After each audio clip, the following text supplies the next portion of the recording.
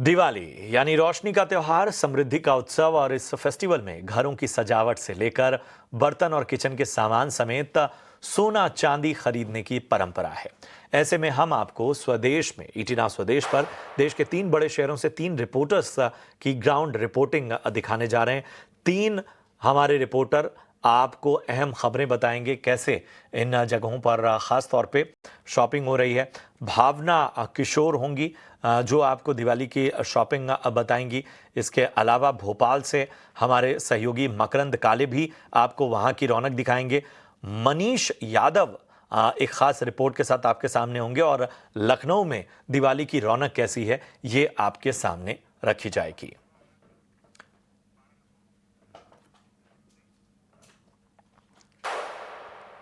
तो सबसे पहले दिल्ली के सरोजनी नगर में बाजार में कैसी खरीदारी है आपको बता दें कि ये बाजार दरअसल वैरायटी और अपने किफ़ायती दामों, बेहतर सामानों के लिए काफ़ी फेमस है। हमारी सहयोगी भावना किशोर ने शॉपिंग करने आए खरीदारों और दुकानदारों से बातचीत की। राजधानी दिल्ली में दिवाली की रौनक देखने को मिल रही है। अगर बात करें राजधानी दिल्ली के सबसे famous market Sarojini Nagar market में इस वक्त हम मौजूद हैं। बाजार सज चुके हैं और यहाँ पर खरीदार जो है वो पहुंच रहे हैं बड़ी संख्या में। कुछ लोग हमारे साथ हैं, खास तौर पे जो दुकानदार हैं उनसे बात करते हैं कि इस बार जीएसटी घटने से किस तरह से बाजार में जो भीड़ है वो देखने को मिल रही है। आपका भी बड़ा बिजनेस है, तो इस बार जीएसटी घटने से किस तरह की रौनक है बाजार में? कितना मतलब कह सकते हैं कि स्वदेशी सामानों के लिए लोग कितना आगे आ रहे हैं? देखो, बाजार में बहुत अच्छी रौनक है। सरोजनी नगर दिल्ली का दिल है।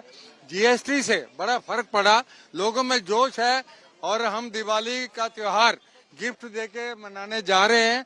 और सुप्रीम कोर्ट ने भी आदेश दिया ग्रीन पटाखों का, वो भी जोश है। बड़ी रौनक है, ग्राहक आ रहा है और हम अपना भारतीय सामान खरीद रहे हैं और भारतीय बेच रहे हैं। अच्छा, जैसे मोदी जी का जो मंत्र है स्वदेश सामान के प्रति चल रहा है, पूरी दुनिया में चल रहा है। अभी यहाँ पर कैसा चल रहा है? यहाँ बहुत चल रहा है, जोर शोर से। मोदी जैसा कोई नहीं, क्योंकि हम भारतीय सामान खरीद रहे हैं, भारतीय बेच रहे हैं और बड़ा अच्छा व्यापार है। बड़ा अच्छा। कैसा चल रहा है व्यापार? मेरा नाम दिनेश कुमार दीक्षित है। मैं सरोजनी नगर मार्केट से पिछले 50 साल से यहाँ पर दुकान लगाता हूँ। जीएसटी घटने से लोगों के पास 2 पैसे पहले से सुरक्षित हो रहे हैं और अपने त्योहार पे, कहीं आने जाने में, रिश्तेदारी में, त्योहार पे लोग खर्च कर रहे हैं और ग्राहक बहुत आ रहा है जी। बहुत खरीदारों में बढ़ोतरी हुई है स्वदेशी सामान के प्रति जो मोदी जी का मंत्र है। मार्केट मैडम सारी खाली पड़ी है जी, खाली पड़ी है। हाँ, घूमने वाले हैं ज्यादा। अच्छा। कस्टमर नहीं है। कस्टमर, आप बताइए, आपको कस्टमर है? कस्टमर बहुत है, मार्केट में बहुत आया है। त्योहारों का टाइम चल रहा है और जीएसटी कम होने से आ रहा है। क्या फर्क पड़ा है?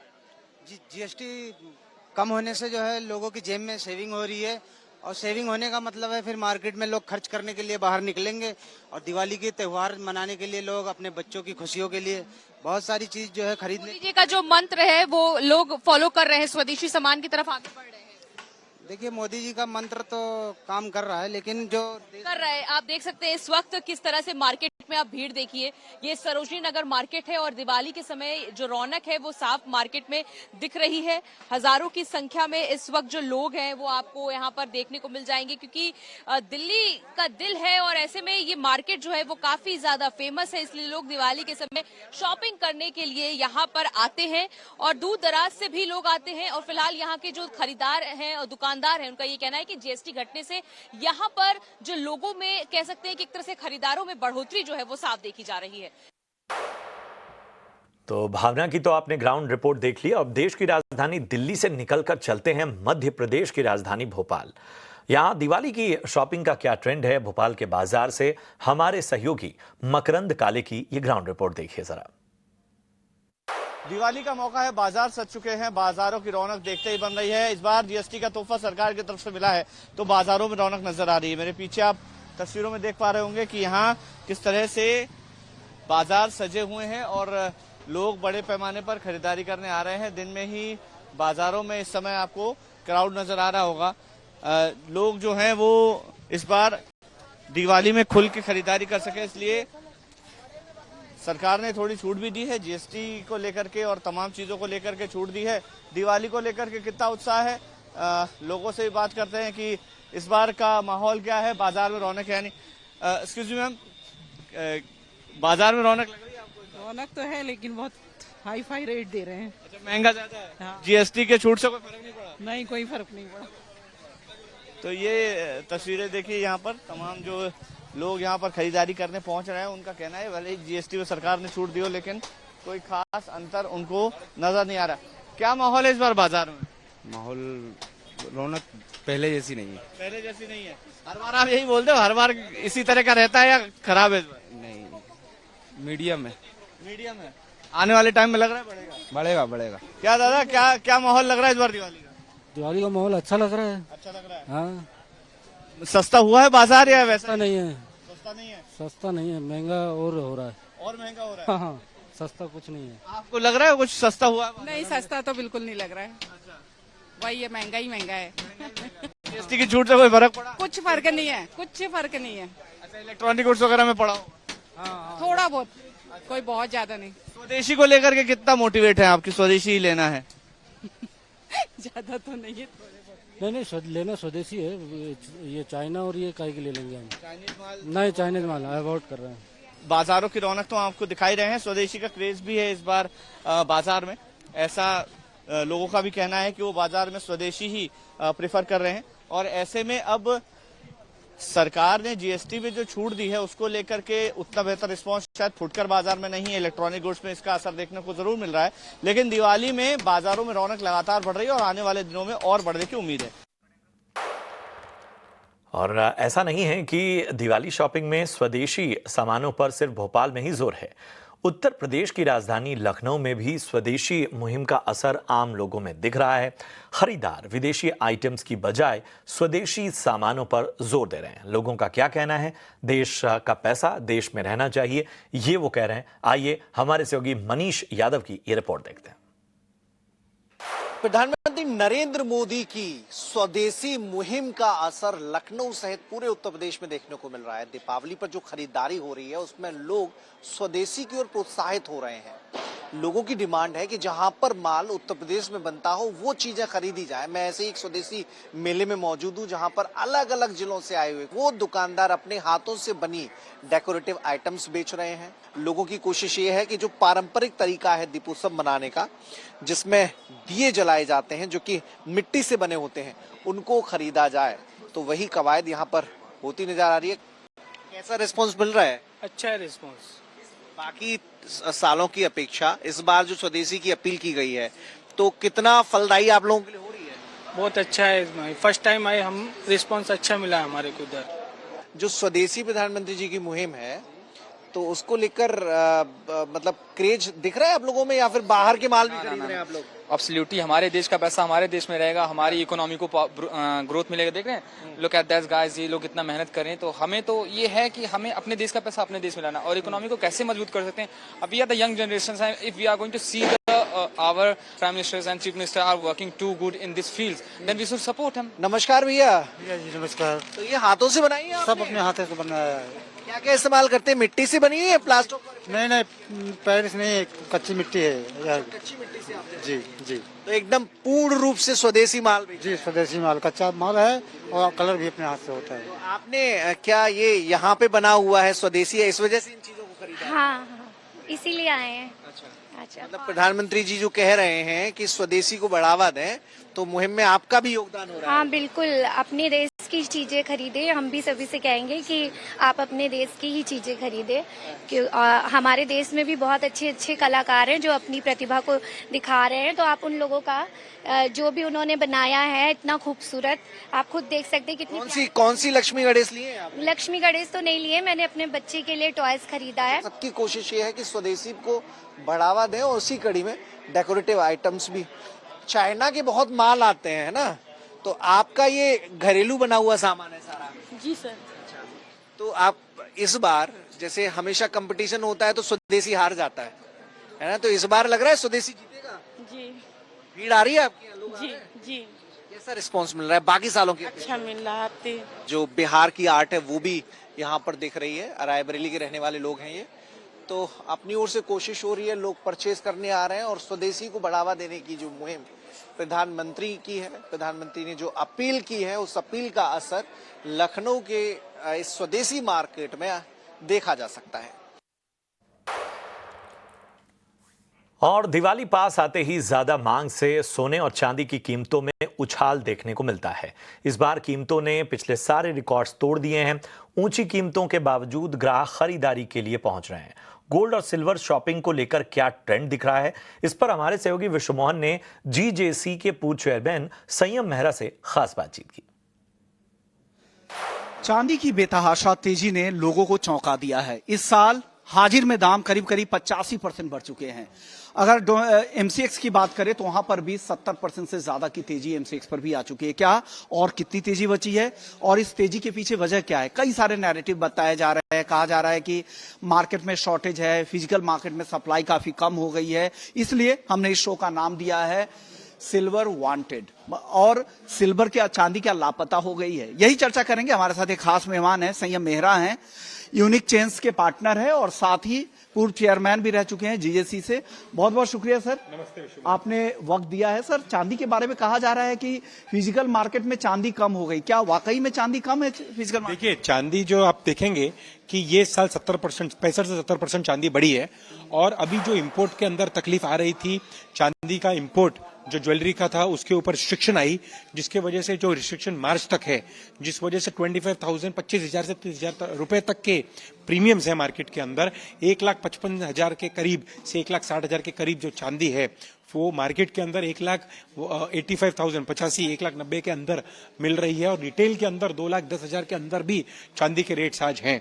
तो चांदी के आप देखेंगे कि जब भी मार्केट के अंदर जितनी डिमांड आई है उस वजह से जितने भी चांदी के होलसेलर्स हैं, मैन्युफैक्चरर्स हैं, उनके पास चांदी की शॉर्टेज है। और एंड रिटेलर जो दुकान के अंदर, रिटेल स्टोर्स के अंदर भी जो चांदी है वो थोड़ा कम है अभी इसके वजह से, क्योंकि इंपोर्ट के अंदर भी रिस्ट्रिक्शंस आ गई हैं। तो मुझे लगता है कि चांदी जो है धीरे धीरे इस वजह से थोड़ा बढ़ते भी जा रही है और एक डिमांड भी दिवाली तक इस तरीके से अच्छी बनी होगी। आप देखेंगे पिछले साल के अंदर जो 3,500 टन है उसके मुकाबले 7,000 के ऊपर टन के आसपास चांदी भी इंडिया के अंदर आई है। और मुझे लगता है आने वाले समय के अंदर चांदी की इंपोर्ट भी बढ़ते रहेगी। चांदी के जो स्टोर्स हैं, जो स्टोर्स के अंदर भी चांदी जो है वो ज्यादा अभी डिमांड चांदी की ज्वेलरी की हो रही है, भी बढ़ने वाले हैं। सर, एक और सवाल मेरे पास ये है कि क्या लग रहा है आपको, क्या बुलियन बैंक इसमें खेल कर रहे हैं, उनकी वजह से ये चांदी की शॉर्टेज की स्थिति है? क्योंकि उनके लिए गेम चेंजर है, उनके लिए एक फायदे का सौदा है अगर यहाँ पे शॉर्टेज दिखाते हैं तो। देखिए, बैंक्स अगर LBME देखेंगे, लंदन बुलियन मेटल एक्सचेंज, वहां पर 39% का लीज रेट चल रहा है। यानी कि चांदी जो पूरे वर्ल्ड का जो गोल्ड और सिल्वर चलाते हैं वो लंदन LBME से चलता है। वहां पर 39% लीज रेट है। यानी कि वहां पर भी जो बैंक्स ने चांदी लिखाई हुई है वहां पर उपलब्ध नहीं है। फॉरवर्ड के अंदर उन्होंने समय लिया है कि इसका है, और फॉरवर्ड के अंदर 39% लीज रेट जिसको बोलते हैं, आगे के अंदर अगर वो चाहिए उसके प्रीमियम्स जो हैं वो मांग रहे हैं। यहाँ पे कई सारे डिफॉल्ट की भी खबरें आ रही है अचानक इस तेजी की, इसके बारे में भी कुछ तो डिलीवरी अगर किसी का अगर कोई बैंक LBME के अंदर लिखाता है चांदी और वहां पर जाने के बाद वहां पर उसको चांदी नहीं प्राप्त होती है या नहीं मिलती है तो उसको डिफॉल्ट बोला जाता है। चलिए, तो ये तो थी शॉपिंग दिवाली वाली, और फिलहाल हमें यहाँ ब्रेक के लिए रुकना होगा। ब्रेक के उस पार बाजार और आपके काम की कुछ बड़ी खबरें आपका कर रही हैं इंतजार, बने रहिए हमारे साथ। स्वागत है आपका ब्रेक के बाद। भारतीय रेलवे का फोकस अब हाई स्पीड ट्रेनों पर है। टेक्नोलॉजी के इस्तेमाल से मॉडर्नाइजेशन को रफ्तार दी जा रही है। 2047 तक रेलवे ने कौन कौन से बड़े लक्ष्य तय किए हैं, पूरी डिटेल्स के साथ मेरे सहयोगी समीर दीक्षित जुड़ चुके हैं। समीर, जरा बताएं क्या है जानकारी? भारतीय रेलवे पूरे देश में हाई स्पीड रेल नेटवर्क का जाल बिछाना चाहती है और बेहद महत्वाकांक्षी लक्ष्य भी तय किए हैं। पूरे देश में साल 2047 तक 7,000 kilometre high speed rail network ये लक्ष्य तय किया है। और ये वो रेल नेटवर्क होगा जो 350 किलोमीटर प्रति घंटे की रफ्तार से ट्रेन चलाने में सक्षम हो पाएगा। हालांकि ये बात और है कि अभी देश की पहली बुलेट ट्रेन का प्रोजेक्ट यानी कि मुंबई अहमदाबाद बुलेट ट्रेन का प्रोजेक्ट शुरू नहीं हो पाया है, अभी भी इस पे काम चल रहा है। लेकिन रेल मंत्रालय का, रेल मंत्री का मानना ये है कि लगभग 2027 तक इसका पहला phase Mumbai Ahmedabad bullet train का ये पूरा हो पाएगा और संभवतः साल 2029-30 तक ये पूरा प्रोजेक्ट, ये पूरी लाइन चालू हो पाएगी। देश की पहली बुलेट ट्रेन मुंबई से अहमदाबाद दौड़ पाएगी। लेकिन 2047 तक 7000 किलोमीटर का ट्रैक ये लगभग बिछा लिया जाएगा। इस उम्मीद के साथ, इस लक्ष्य के साथ रेलवे आगे बढ़ रही है और उस दिशा में कुछ और भी कदम धीरे धीरे जोड़ते जा रही है। मसलन अगर सेमी हाई स्पीड ट्रेन की बात करें तो अब तक 78 semi high speed Vande Bharat train पटरियों पर चल रही है।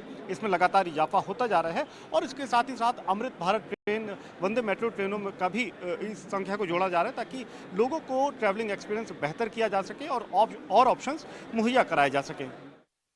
शुक्रिया करेंगे समीर आपका इस अहम जानकारी के लिए। इधर डोनाल्ड ट्रंप के भारत का रूस से तेल खरीद रोकने को लेकर बयान आ चुका है। इसे विदेश मंत्रालय ने इस पर अपनी बात रखी है। इन्हीं डिटेल्स के साथ मेरी सहयोगी सुमिता करीर जुड़ चुकी हैं। सुमिता बताएं क्या अपडेट है? जी, ये काफ़ी बड़ी न्यूज़ है। डोनाल्ड ट्रंप ने ये क्लेम बोला है, बट उसके बाद मिनिस्ट्री ऑफ एक्सटर्नल अफेयर्स ने एक स्टेटमेंट जारी की है जिसमें उन्होंने बोला है कि India has sought to expand its energy procurement from the United States. और इंडिया का जो एनर्जी प्रोक्योरमेंट है यूएस से, वो प्रोग्रेस किया है steadily in the past 1 decade. In fact उन्होंने ये भी बोला है कि जो यूएस का करंट एडमिनिस्ट्रेशन, उन्होंने इंटरेस्ट दिखाया है अपना एनर्जी कोऑपरेशन डीपन करने के लिए इंडिया के साथ। उन्होंने ये भी बोला discussions at the moment with the United States are going on as India is a significant importer of oil and gas. देखिए, हम अपनी एनर्जी रिक्वायरमेंट्स के लिए काफ़ी सारे कंट्रीज से सोर्स करते हैं, यूएस भी उनमें से एक है। और यही जो इनफैक्ट स्टांस है वो कल, अगर आपको याद होगा, राजेश अग्रवाल जो कॉमर्स सेक्रेटरी है, उन्होंने भी यही बोला था that India is open to energy purchases from the United States if it comes at the right price, if it comes at the right cost, क्योंकि हमारे लिए अपना national priorities, consumers are at the key of all of these decisions that we essentially take. उन्होंने कुछ numbers भी बोले कल जब उन्होंने ये बताया कि हमारे पास कितना headroom है अपना energy purchase करने के लिए यूनाइटेड स्टेट से। तो उन्होंने बोला 12 to 15 billion dollars, और हमारे जो पास्ट में energy purchases हुए हैं यूनाइटेड स्टेट से, they have touched 23 to 24 billion dollars in the past. So definitely this is a key part of discussions that are at the moment going on between the United States and India. और ये उस समय आ रहा है बयान जब India की एक टीम यूनाइटेड स्टेट्स में है for trade talks. Remember, this is not an official round of trade talks that's currently happening. This is just to understand the other side and of course to sort of negotiate on matters so we can find a common ground. अभी वापस आते हैं MEA की statement पे। MEA ने ये भी बोला कि इंडिया की जो इम्पोर्ट पॉलिसीज हैं, those are entirely guided by the objective of safeguarding consumer interest. जैसे मैंने आपको बोला, वॉलेटाइल टाइम्स में कंज्यूमर इंटरेस्ट काफी इंपॉर्टेंट है, तो यही हमारी आगे की एनर्जी परचेस को भी डिफाइन करेगा। उन्होंने बोला कि ensuring stable energy prices and secured supplies have been the twin goals of our energy policy. So important clarification that is coming in from the Ministry of External Affairs. उन्होंने ये नहीं बोला है कि हमने रशिया से अपना ऑयल डिक्रीज किया है। उन्होंने ये बोला है कि यूएस के साथ जो हमारा पिछले कुछ टाइम से एनर्जी इंक्रीज रहा है, वो कोऑपरेशन रहा है, हम उसको इंक्रीज कर सकते हैं, बट रशिया के ऊपर there has been no clarification. So it remains to be seen what the Indian government essentially states about their trade, energy trade with Russia. शुक्रिया करेंगे सुमिता आपका। इधर सोशल सिक्योरिटी के क्षेत्र में शानदार काम के लिए भारत को इंटरनेशनल सोशल सिक्योरिटी एसोसिएशन यानी आईसा की तरफ से outstanding achievement in social security award 2025 मिला है। इस मौके पर लेबर सेक्रेटरी वंदना गुरनानी से खास बातचीत की हमारे सहयोगी प्रकाश प्रियदर्शी ने। हमारे साथ वंदना गुरनानी है, secretary labour and employment, government of India. ET now स्वदेश से बात करने के लिए शुक्रिया। मैम, 2 इंपॉर्टेंट मसले हैं। पहला मसला तो ये है जिसकी शुरुआत मैं आपको बधाई देने के साथ करूंगा कि इंटरनेशनल सोशल सिक्योरिटी एसोसिएशन ने पहली बार इंडिया के एफर्ट को रिकॉग्नाइज किया है। खासकर सोशल सिक्योरिटी के संबंध में अगर बात करें, आईएसए से अवार्ड मिला है। कौन कौन से ऐसे मेजर रिफॉर्म्स रहे हैं जिसको रिकॉग्नाइज किया गया है, जिसको कंसीडर किया गया है? तो ये जो अवार्ड इंडिया को मिला है, जो कि हमारे माननीय मंत्री जी ने 3 अक्टूबर को रिसीव किया है मलेशिया में, इंटरनेशनल सोशल सिक्योरिटी एसोसिएशन ने दिया है। इस अवार्ड में सबसे पहले तो उन्होंने जो देखा, हमारा कवरेज के नंबर्स देखे हैं, और हमारे कवरेज जो है हमारे देश में इसकी में बहुत बढ़ोतरी हुई है, क्योंकि हमारे जो ओवरऑल अप्रोच एंड सिस्टम रहा है वो इस तरह का रहा है कि हम एक कन्वर्जेंस और लाइफ साइकिल अप्रोच के हिसाब से चलते हैं। एक व्यक्ति को, एक हमारे नागरिक को डिफरेंट लाइफ स्टेजेस में जो सोशल सिक्योरिटी की आवश्यकता है उसको कैसे उसको उपलब्ध हो, उसको विचार में रखते हुए हमारा सोशल सिक्योरिटी सिस्टम काम करता है, कन्वर्जेंस मॉडल के रूप में काम करता है। तो जैसे बच्चे के पैदा होने में उसको क्या क्या मतलब जन्म के टाइम चाहे वो न्यूट्रिशन है हमारे ICDS के थ्रू, माँ को मैटरनिटी बेनिफिट है उसको अशोर्ड वेजेस के थ्रू, या प्रधानमंत्री मातृ वंदना योजना के द्वारा, या PM पोषण स्कीम के द्वारा, आगे चलकर हमारे PDS सिस्टम में रेशन जो दिया जाता है, कोई इवेंचुअलिटी हो तो उसमें हमारी जो इंश्योरेंस स्कीम है, PM जीवन ज्योति योजना है, PM जीवन सुरक्षा योजना है, और कई पेंशन स्कीम्स हैं, हमारी अपनी पेंशन योजना है हमारे मंत्रालय की। ESIC के थ्रू जो एक डिसेबिलिटी, सिकनेस, अनएम्प्लॉयमेंट के बेनिफिट दिए जाते हैं, वो हेल्थ के जो बेनिफिट्स दिए जाते हैं ESIC या PM आयुष्मान भारत योजना के थ्रू, आगे चल के जो पेंशन के हमारे बहुत सारे इनिशिएटिव्स हैं, तो इन सब में जो बहुत एक्सपेंशन हुआ है, PM किसान है, MG नरेगा है, तो ये विभिन्न हमारे जो कार्यक्रम हैं उससे डिफरेंट स्टेजेस में सोशल सिक्योरिटी का एक सेफ्टी नेट हमारे यहाँ हमारे नागरिकों को रहता है। उसको रिकग्नाइज करते हुए हमारी कवरेज जो 19% से अब 64.3% बढ़ी है, उसको रिकग्नाइज करते हुए ये अवार्ड दिया गया है। इसके अलावा और पैरामीटर्स जैसे कि पॉलिटिकल कमिटमेंट, जो हमारी अंत्योदय की कमिटमेंट है, लास्ट माइल की कमिटमेंट है, हमारे इंस्टीट्यूशनल सिस्टम्स क्या है, हमने डिजिटल टेक्नोलॉजी का क्या यूज़ किया है, जैसे कि हमारे यहाँ जनधन, आधार और मोबाइल जैम ट्रिनिटी को यूज़ करके लीक प्रूफ सिस्टम्स हैं सोशल सिक्योरिटी के, इन सभी को रिकग्नाइज करते हुए ये अवार्ड हमारे देश को दिया गया है। और 100% सोशल सिक्योरिटी कवरेज हम कब तक उम्मीद कर सकते हैं? तो जैसे अभी मैंने बताया कि 64% which is 94% population is 94 crore population is covered. इसको हम एक साल में बढ़ा के 100 करोड़ तक ले जाना चाहते हैं, फिर उससे बाद और बढ़ाना चाहते हैं। इसी तरह हम विभिन्न स्टेजेस में चाह रहे हैं कि हमारा एक यूनिवर्सलाइजेशन की तरफ मूव रहे। जैसे अभी हमारे यहाँ ऑर्गेनाइज अनऑर्गेनाइज दोनों के लिए पेंशन इंश्योरेंस स्कीम है, उसी तरह आगे कोड ऑन सोशल सिक्योरिटी आने पर अनऑर्गेनाइज सेक्टर्स का एक बहुत सिस्टमैटिक सोशल सिक्योरिटी फंड बनाने का प्रावधान है।